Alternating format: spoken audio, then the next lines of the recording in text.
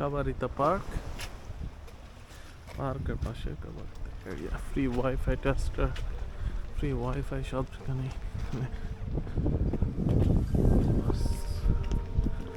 এই পথ দিয়ে হেঁটে গেলে পথ দিয়ে তো রাস্তা কাবারিতার। এটা আগে এত ডেভেলপ ছিল না, 20 বছর আগে, এখন ডেভেলপ হয়ে গেল এরিয়াটা। এখানে খুব সুন্দর একটা জঙ্গল, পার্কের পাশে, পানির পাশে।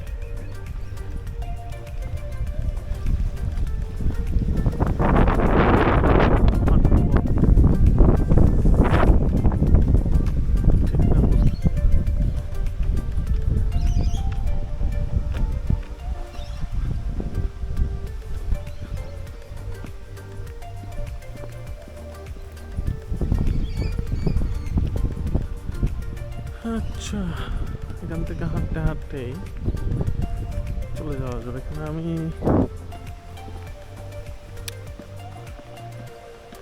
এরিয়াটার একটা বৈশিষ্ট্য হচ্ছে খুবই শান্ত এরিয়া, এটা পাওয়া যায় এরিয়াতে। সুন্দর এরিয়া। চাইনিজ অনেক বসবাস করে, চাইনিজ। এটা পানি নামা যায় নাকি জানি না কতটুকু নিরাপদ, কিন্তু কেউ নামতেছে। এটা উপরে কিন্তু ওঠা যায়, গাছ অনেক।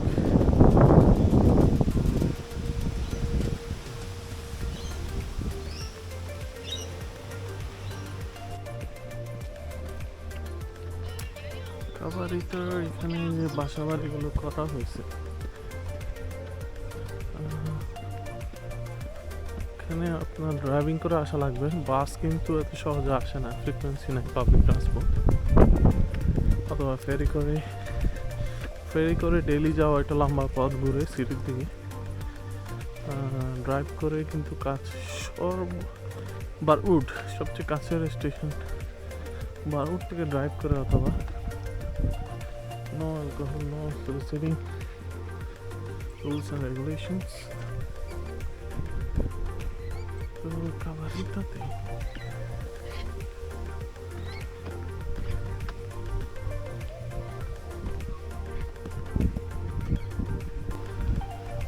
এখানে রাত্রে অনেক ব্যাঙের আওয়াজ হয়, ওইসব বুঝ থেকে। রাত্রে লাইটিং তো এখানে নেই এত বেশি, তবুও যতটুকু লাইটিং থাকে আর কি কাবারিতার এখানে। এই পথটা কিন্তু খারাপ না, সুন্দর। এখান থেকে না আসলে দেখা যাচ্ছে এখান থেকে এই যে ঢোকার পথটা কিন্তু এভাবে বুশ করা হয়েছে বা বাগান করা হয়েছে, গাছপালা দিয়ে ভর্তি, গাছপালা দিয়ে। পাশে পানি আর চর, বুশ ক্রস করে কিন্তু ইজিলি বোট থেকে আসা যায় এখানে। এই এরিয়াটা খুব সুন্দর, ওপেন ফিল্ড দেখায় জিনিসটা, একটু হিলি টাইপের। আর এক পাশে পানি, আর এক পাশে ওপেন ফিল্ড, যেখানে হিলের উপরে বাসা বাড়ি। অনেকটা গোল্ফের মাঠের মতো।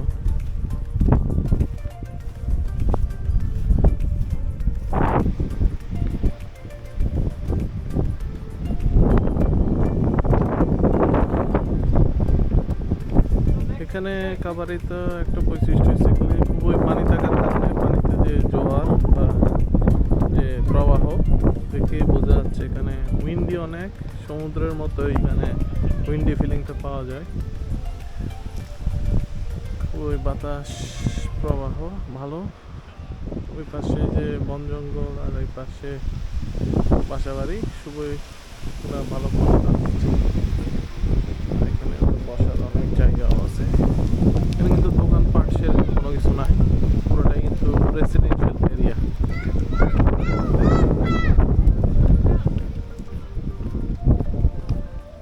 রেসিডেন্সিয়াল এরিয়া বলা যায়।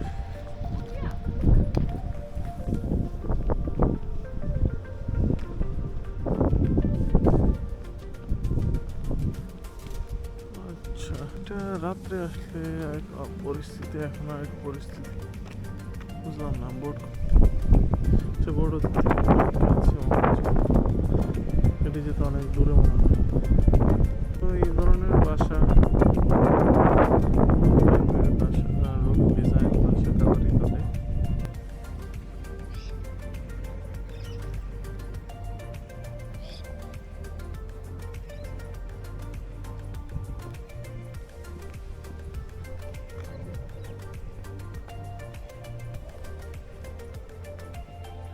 পাহাড়ের উপরে একটা পার্ক, গাছপালা, মানে কয়েক অংশ জুড়ে বাসা বাড়ি করা হয়েছে। এই পাশে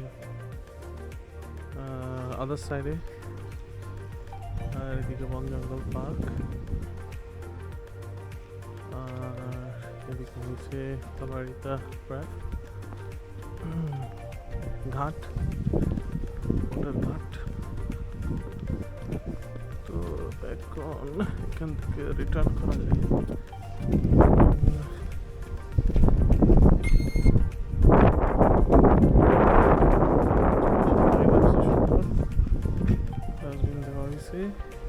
টিকিট কিনা ফিশিং প্রহিবিটেড, পেনাল্টি অফসাইড। আচ্ছা, ফিশিং করা যাবে না এখান থেকে কোনোভাবেই, কারণ এখানে ফিশিং করতে গেলে এখানে মানুষের জ্যাম হয়ে যাবে, যেটা ব্যাঘাত ঘটাতে পারে বোটের মানুষের ওঠানামা যাতায়াত।